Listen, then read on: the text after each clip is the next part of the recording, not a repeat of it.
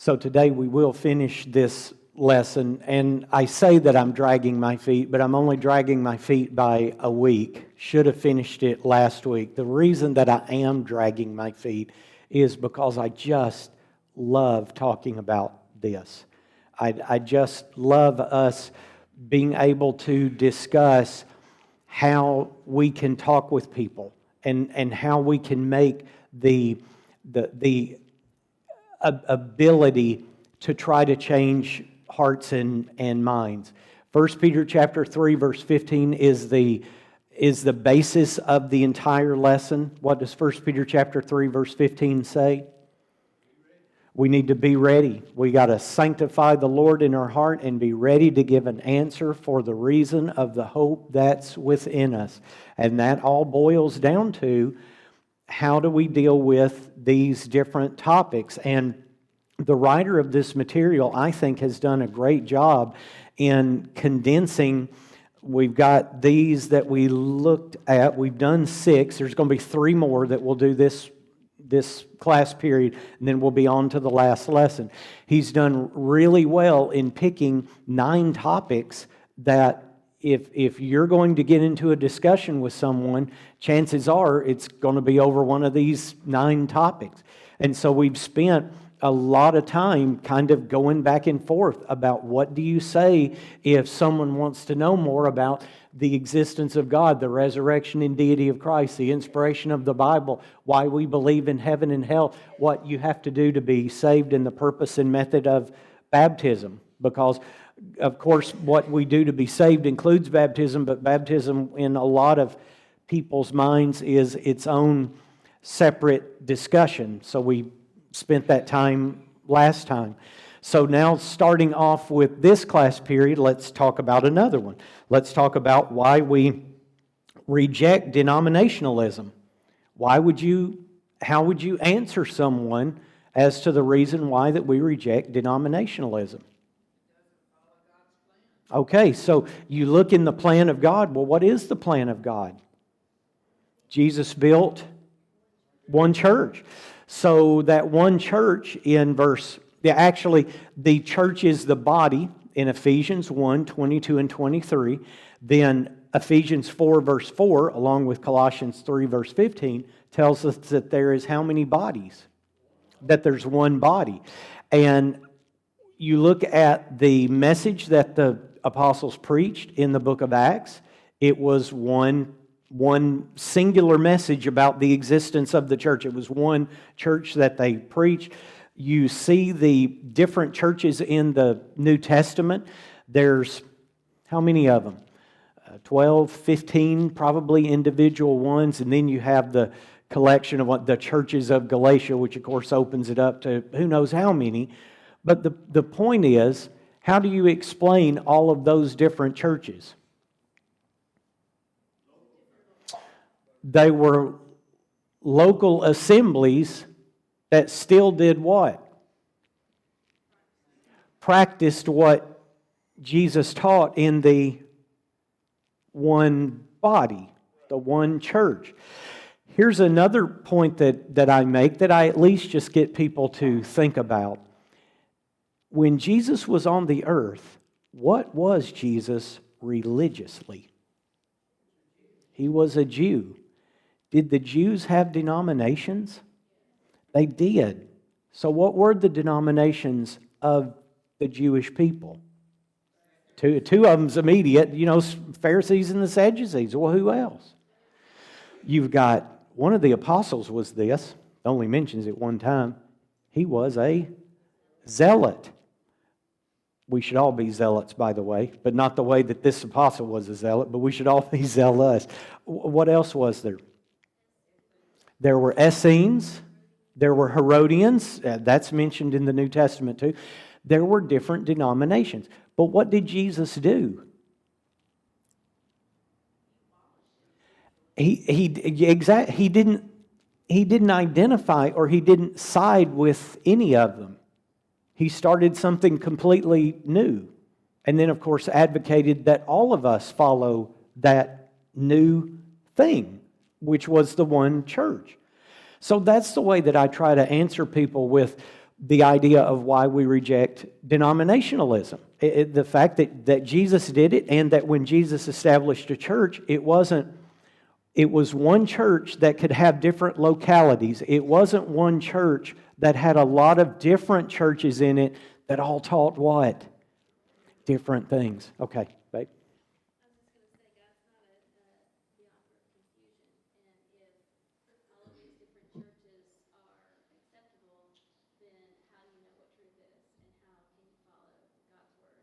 Right.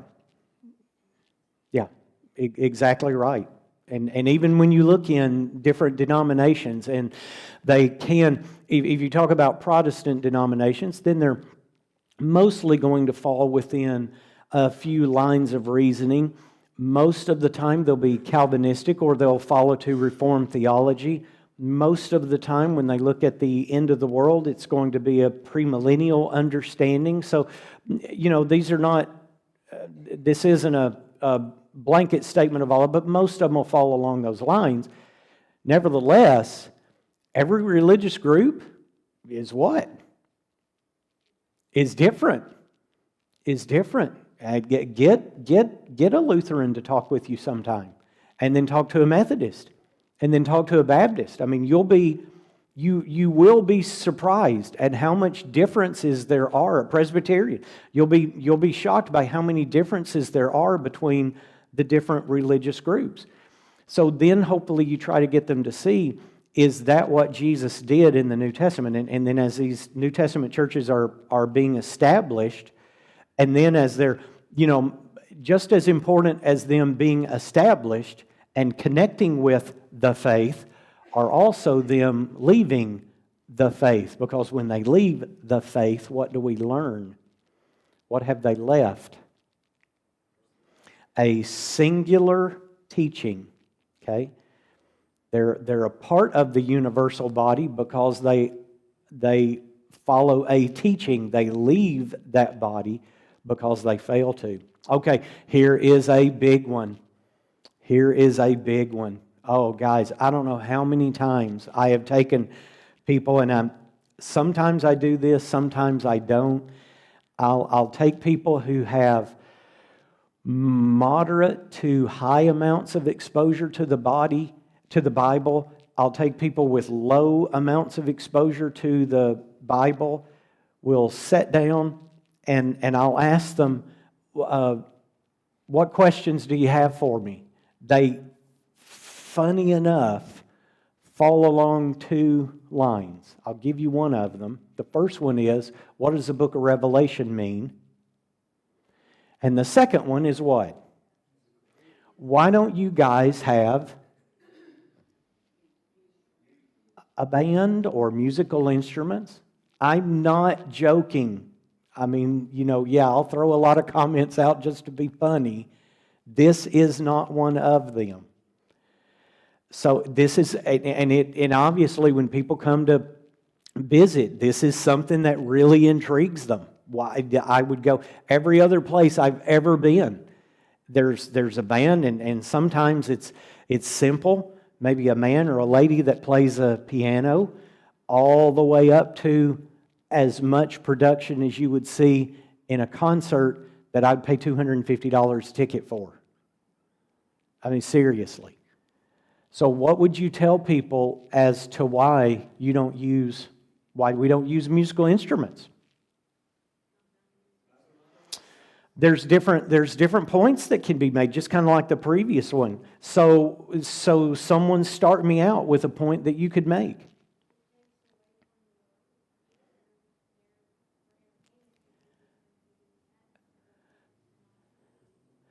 And that's a good point. There's several points that we can look at that are solid scriptural points, which we will address in just a minute. But that is a good point. Why do we even sing? Yes, because we're commanded to.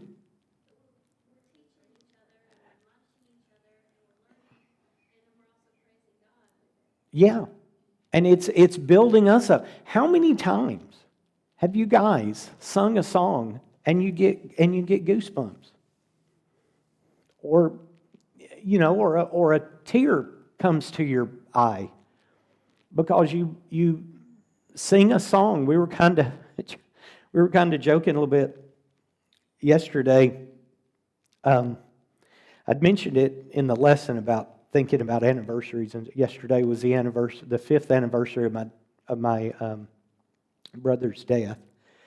And we got to talking yesterday. It's always been so funny with us that my dad loved "I'll Be a Friend of Jesus," and I think I've mentioned it before in classes or lessons. As he got to the latter end of his life and a little bit of dementia begins to kind of start in, he would just ask you, do you know that song, "I'll Be a Friend of Jesus"? It's like, yes, Daddy, I know that song, "I'll Be a Friend of Jesus." I sung it many times. And then he just starts singing it. And he doesn't sing the first verse. I mean, he just sings the whole thing. And Grayson was talking about that last night because he had a lady singing in the ICU. And it's hard to get through moments like that sometimes because these songs mean something to us. And they're meant to be sung, not to be used, like Amanda said, not to be used as entertainment. And I hope that you guys are thinking about just words to songs every once in a while. They just pop into your mind and you think about those lyrics. They should mean so much to us. Okay, Rolando.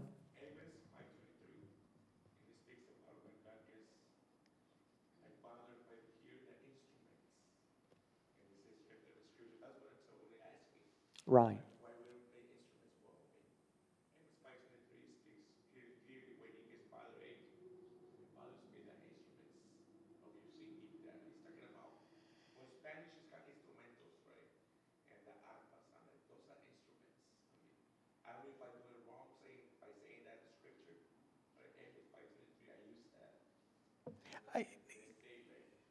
And I'm glad you brought that up because you and Amanda make a point that a lot of times I wouldn't think to make, and that's why I appreciate it.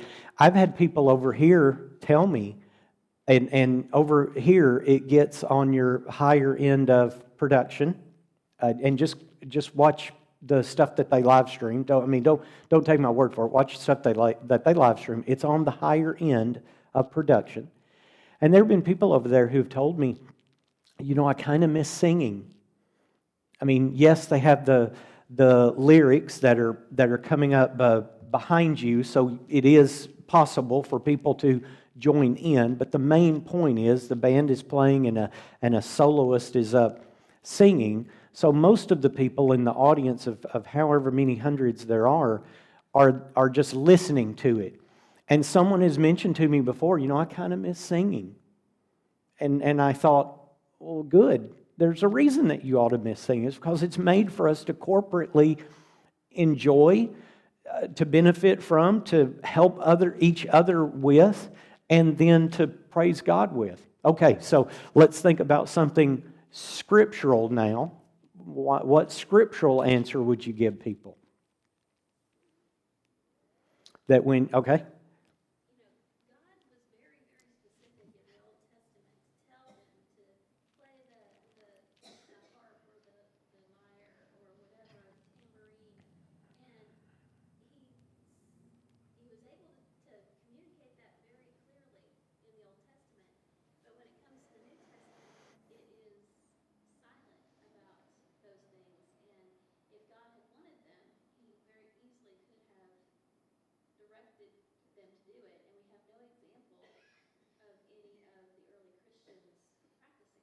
And you've got, when you look in, especially in First and Second Chronicles and through the Psalms, at least 15, 20 times where you have specific musical instruments that are brought up that are going to be used in the singing of this hymn. But you also have another little element, and again, people would, if you're in a discussion with people, would probably quickly bring up all the instruments that you would use. But there's also other things that have been directed. And a lot of people aren't comfortable with this. Nevertheless, if you're going to rise or fall on what it says with a psalm, then you got to kind of rise and fall with something else. Dancing. dancing. And I've had people get, because if you're in a discussion with people, it's not always going to be roses and flowers. You're going to have to challenge them. They've got to challenge their beliefs. And if you introduce the fact that if you're, again, rising or falling on what a statement is in the Old Testament about singing a psalm with a lot of different instruments and you're just making a substitution of modern instruments, okay. But what do you do about the dancing? And I'll just tell you, a Baptist will not want to talk to you about what you do with the dancing. But again, if you're going to rise and fall on one, you've got to figure out what you're going to do with the other one. We get into the New Testament. What does it not mention? Dancing, and it doesn't mention instruments. What does it mention? 9 separate times, and once you add a parallel in, 10 separate times, what does it mention? Singing. And here's the point that hopefully you can try to get people to see. Singing is specific, playing is specific, dancing is specific. They all have specific methodologies to them. And God was very particular in the Old Testament that all 3 of those modalities existed when it came to worshiping Him. But there's only one modality in the New Testament. Why did God take the other 2 away? Brethren, I have no idea. No idea. I love playing an instrument. I love playing music. Why did He take it away? Got no clue. I just know that He did. And so when we come together, if we're going to respect what the New Testament says, I've got to respect the fact that it tells me to sing. When obviously in the Old Testament, it could tell me to do more than sing. But now I get to the New Testament, for whatever reason, it tells me to just sing. Can anyone think anything else that you'd add?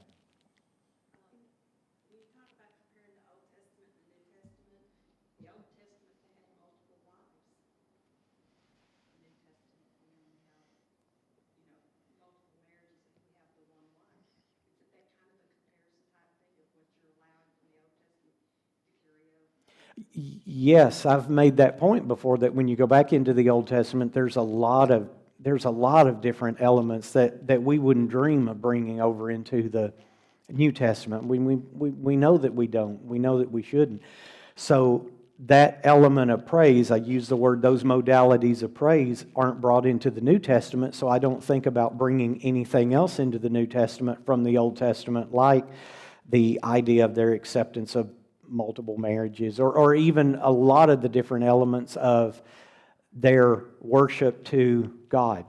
I'm not going to have incense. I'm not going to have a table of incense in our auditorium, brought over from the Old Testament. Same idea. Okay. The Old Testament teachings were a lot around your physical activities of how you're going to worship or how you're going to treat your fellow man, where Christ's teachings tend to deal more with your internal heart, because within the heart is how what goes out, and then how you're going to treat everyone else. So the singing is a heartfelt command. Right. And so is that the reason that the Lord kind of dropped off the other 2? It could be. I just don't know. I don't know enough to be able to say definitively, but I just know that it is. And honestly, there's a lot of things in the Bible that you just accept that's the way God wants them to be, but you don't know why. We just accept that and know that. Okay, Barbara. The biggest argument they make is the fact that it's a tool, just like this church building, water fountain, and all that. Oh, that's good. That's good. It's just a tool to use. Okay, so what do you think about that? That's a good one. That hadn't even popped up in my mind. But the tool has overtaken the congregation to where all you have is the tool, not the participation by everyone else. And remember, what can you do with a tool? Carry out a command.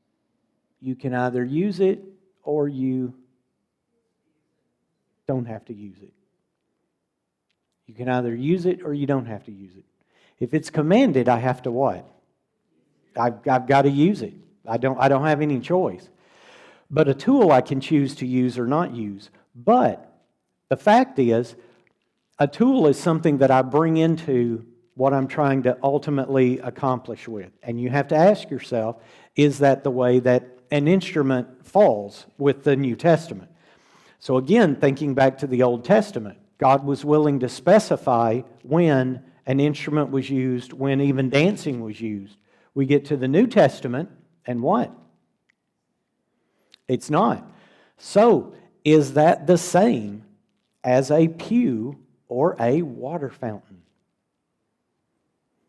Or a pitch pipe? Or a phone app? I use a phone app now. Is it the same as a phone app, pitch pipe, pew, songbook, water fountain? Is it the same? Does it logically, are they logically equated to one another? And if they aren't, then why aren't they? A songbook, what does a songbook change for us in our singing? What does a songbook change in in how we sing?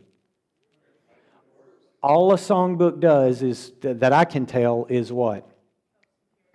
Split things into harmony. Do we need that? No. So could we get rid of songbooks? Yes. And we could still what? And we could still sing. We could still fulfill the Lord's command. Okay?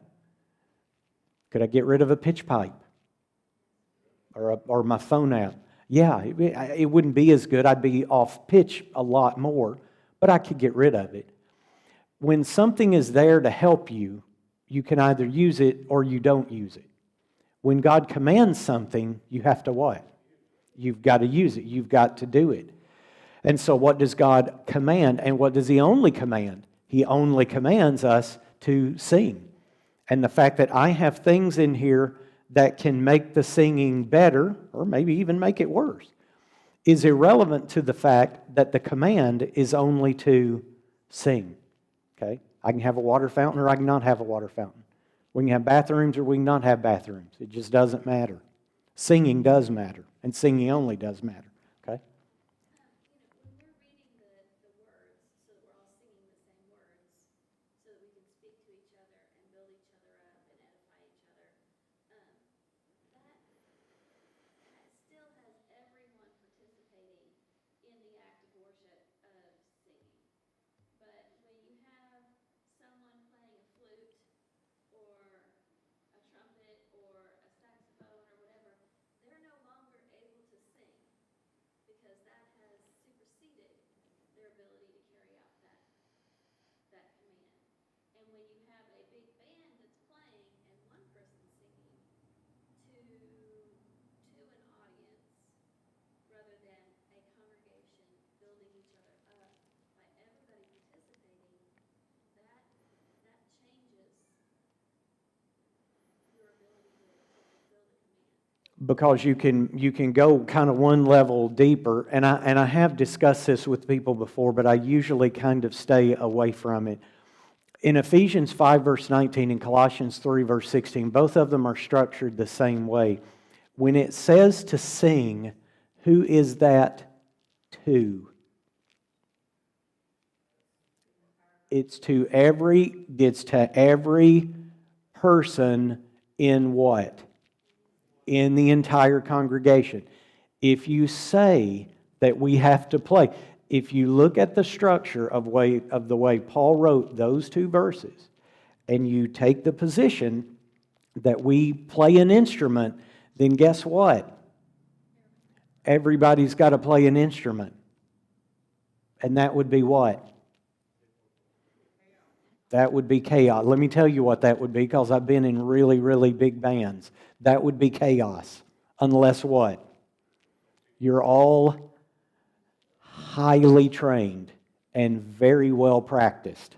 Otherwise, it's just chaos. What about in our singing? There's probably, so if there were 100 up, how many were here this morning? Okay. So in 95, I'm going to say 5 of us by the way, I've never been trained in singing, trained in playing, never trained in singing. I'm going to say 5 of us are trained in singing. I'll just throw that out there. I don't know if that's accurate or not. I think it's pretty close. And we can still sound what? Pretty good, right? Pretty good. Because you don't need that. If we all played, let me assure you, let me promise you, it would be chaos. It would be. Richie can stand up here. He can take 2 minutes, and pick out all of the song charts, stand up here, and it sounds pretty good. Because we can easily fulfill what God wants us to do. And we can do it scripturally too. Let's not forget that. Okay, got one more. Why we partake of the Lord's Supper every Sunday. And you never know what questions you're going to get. One question I got one time when I had a Bible study with someone is, why don't you use wine on the Lord's Supper? Why don't you use wine? Guess where she attended? Oh boy, Randy was close. He said Catholic church. So take one step over. She went to the Episcopalian church. Yeah, exactly. Okay, so why do we take the Lord's Supper every Sunday? Every Sunday. Because let's face it, it's more expensive, right?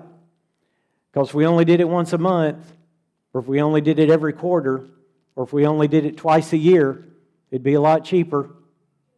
I'm just saying, why do we take it every first day of the week? Because in Acts 20 verse 7, they met on the first day of the week and they broke bread. They listened to Paul preach. You put together other parts of the New Testament and you see that they did everything that we try to do. So as we understand the New Testament, we understand that we meet together on the first day of every week. There is an Old Testament equivalent, I think, that again, we don't go by it to establish our authority, but we can use it for illustrative purposes. God told the Israelites to do what? To keep the Sabbath. So which Sabbath did they have to keep? They knew that they had to keep every one of them. As a blanket rule, they understood that they had to keep every one of them. There were certain ones that were more special than the other. Just right off the top of my head, I believe that there were 7 holy convocations to the Lord. Special Sabbaths. These would be the Sabbath, for example, right before the Passover, or the Sabbath right before the Day of Atonement, for example. But they were special. But they kept every Sabbath. Now you go back in Exodus chapter 20 and it just says, remember the Sabbath day to keep it holy. And that's analogous to it. We don't use it as our source of authority, but it is analogous to Acts 20 verse 7, where they met on the first day of the week, and lo and behold, what did they do? They broke bread. Now, you can do this in a reverse way. And again, sometimes you have to challenge people. And I've done this, and it's made them upset. Nevertheless, it is the truth. 1 Corinthians chapter 16 talks about us doing what? Us giving. When do we give? On the first day of the week. All of those religious groups believe how many first days of the week do you give on? Every single one of them. They're not going to what? They're not going to miss a one. In fact, not only are they not going to miss a one, they're going to even throw in some extras and have a love offering maybe on a Wednesday or some. Nevertheless, the point is they will not miss a Sunday on giving. Unquestioned. It's the same phrase in 1 Corinthians 16 as it is in Acts 20 verse 7. If you look at it in the original language, it's structured the exact same way. And so I've challenged people, if you don't think I need to be taking the Lord's Supper every Sunday, then why do you give every Sunday? And a lot of times this is usually after people would tell me, well, if you take it every Sunday, what's going to happen? It'll just be what, Randy? It just becomes a habit, just rote, not special to you anymore. So I asked them, do you think that about your giving? Maybe you need to hold up and only give every quarter. Or maybe you only want to give every once a month, or you only want to give a couple of times a year. They don't like that. They don't like that. They'll fight you tooth and nail on that. The point is, it's the exact same structure of one as it is the other. So if I hold fast to the fact that for us to fulfill the commands of God, I've got to give every first day of the week, I've also got to partake of the Lord's Supper. That's just establishing it as far as Bible authority is concerned. Okay, Rolando.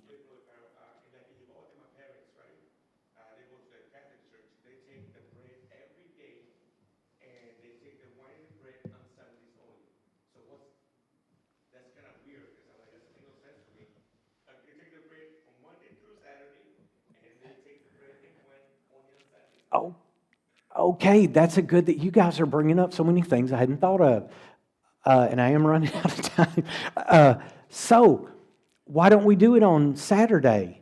Or like Rolando, why can't we do the bread every day and only the fruit of the vine and the bread on Sundays? Why can't we switch and give everyone an alternate service on Saturday night or on Wednesday night? Why don't we do that? And what did God say? You do it when?